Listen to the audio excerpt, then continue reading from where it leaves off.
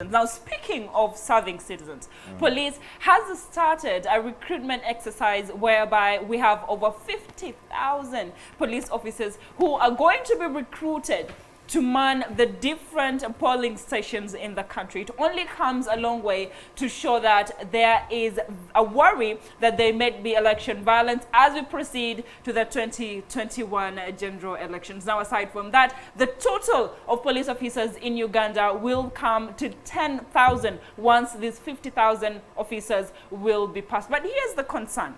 We already had, how do they call them, crime preventers in the country who had come in and they were there during the enforcement of the COVID-19 rules at Debanji. Now, these crime preventers, Baliwa, and besides that, we saw that the crime preventers created havoc. There was fear, there was guns that were being fired left, right, center. People were killed, and people came out to say crime preventers are not doing a very good job, and they had to take them back to retrain. Now, is that the same thing that we're going to see with the 50,000 police officers that are coming up? Because we have a very short period of time until elections for them to be trained and to be pushed out to those polling stations. I'm Christian Tariq. Well, I want to deal with this issue or talk about the same topic in two different ways. One, I want to look at it as an employment venture towards our people. Yes. Okay? Abantu emitwalo etaano okubawa emirimu oba kanjite deal. Okay? Sagitwala nti it's a permanent job. And they'll be because having it's a 3-month contract. 370,000 Ugandan shillings per yes, officer. bagenda bawa Yes. emitwalo 37 emitwalo 7 n'ekitundu mu 2 zibagenda okuba nga bafuna for 3 months. So that's some good money. It can change somebody's life. Omuntu abadde wansi nga talina kyakola, talina kyeyiya. So okulaba nti baagala abantu emitwalo 5, it is something very good. N'ekirala bw'otunulira abantu betuyina abo UN report eraga nti buli musirikale alina okuba nga akuuma abantu ratio ya 1 to 500. Okay? Nate wano e Uganda tuli ku ratio ya 1 to 800. Kitegeeza there's that deficit of 300 people. Kitegeeza there's need to recruit more. Okay?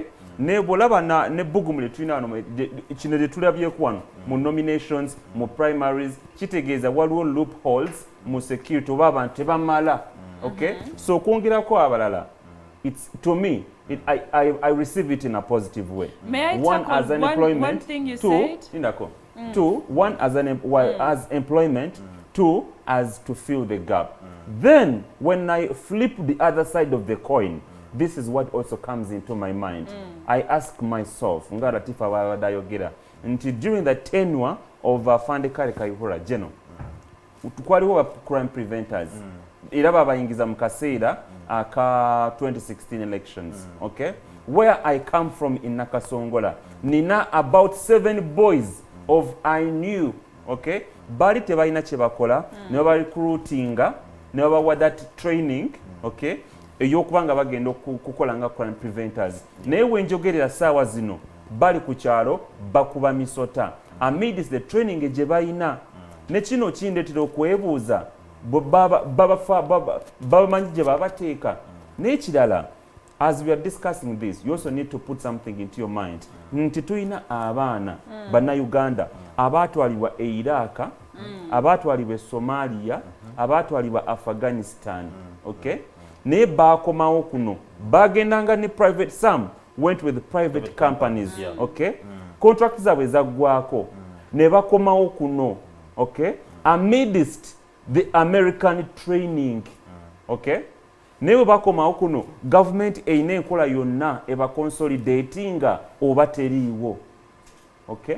These are questions that come into my mind that I need maybe answers, yes, from the Inspector General of Police to answer all these questions. Yeah, kirungi nnyo kyoyogedde era nze nange nga bwe nalabye ekintu ekyo neebuuzizza why is it that bwe tuba tugenda kuba nga tuyingira akalulu watondewo bumilisi obw'enjawulo twalinga misha zitondebwawo twasoneta ba SPC baalagawa SPC baalagawa ntaba crime preventers baalagawa twasooka na LDU mabega keyo ne bakola omulimu omulimu gwa LDU gwaliwo ne tugulaba LDU bavuddewo tuze obuyinja obw'enjawulo tulabye ku basema flying squad tulabye ku baaki tuze tulabye SPC tuze kulaba crime preventers bazze abono bali obukadde 15 eggwanga lino obukadde 10 omeka 15 be baali ne tuze twabe LDU ekomyewo resurfacinze ate nga nabo bangi abantu abitaba balonda mu bitundu mu bantu ffe mwennyini bantu ba bulijjo kati balwayo ate baagalira abapoliisi abagenda okubanga bakola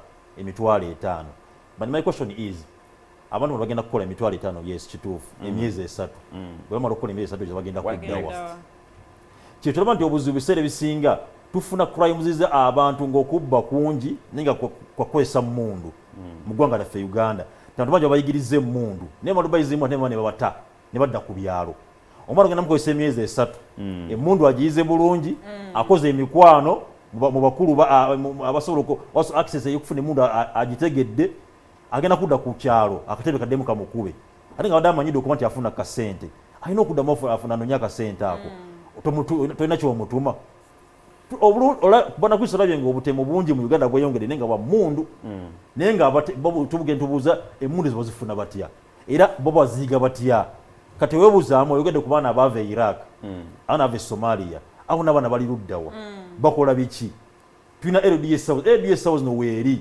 egenda kukola mulimu ki tesobola kubanga ejja n'emani lwaki twongerako bwe tubanga yes twongeddeko kirungi ogambye tulina deficit emitwalo ameka 3 mu police babateeke ku permanent deal wachi baba kagundi ka contracting ka temporary abaana baba absorbing babeere baba training baleme kola mu kalulu kokka abula babeerewo nga mulimu agenda kukola kubanga tubeetaaga so si bandi basa tubaleta tubakozesa tubadambi oba nabo tubanenya alina okuba nti anoonya survival omwadde omaze omuwa skills azifunye access amaze okugifuna jasobola okufunamu emundu ate omaze omusudde. For me, my problem is police Teba, they don't realize that if they train these people in a very short time, Teba is how to do these things. But you take it up. Remember, we had to take LDUs back for a retrainer, for refreshers course. Why do we have to do that? Well, a minimum training for a police person is what? 7 months. Minimum. Now we train the LDU for what? 3 months. 3 months.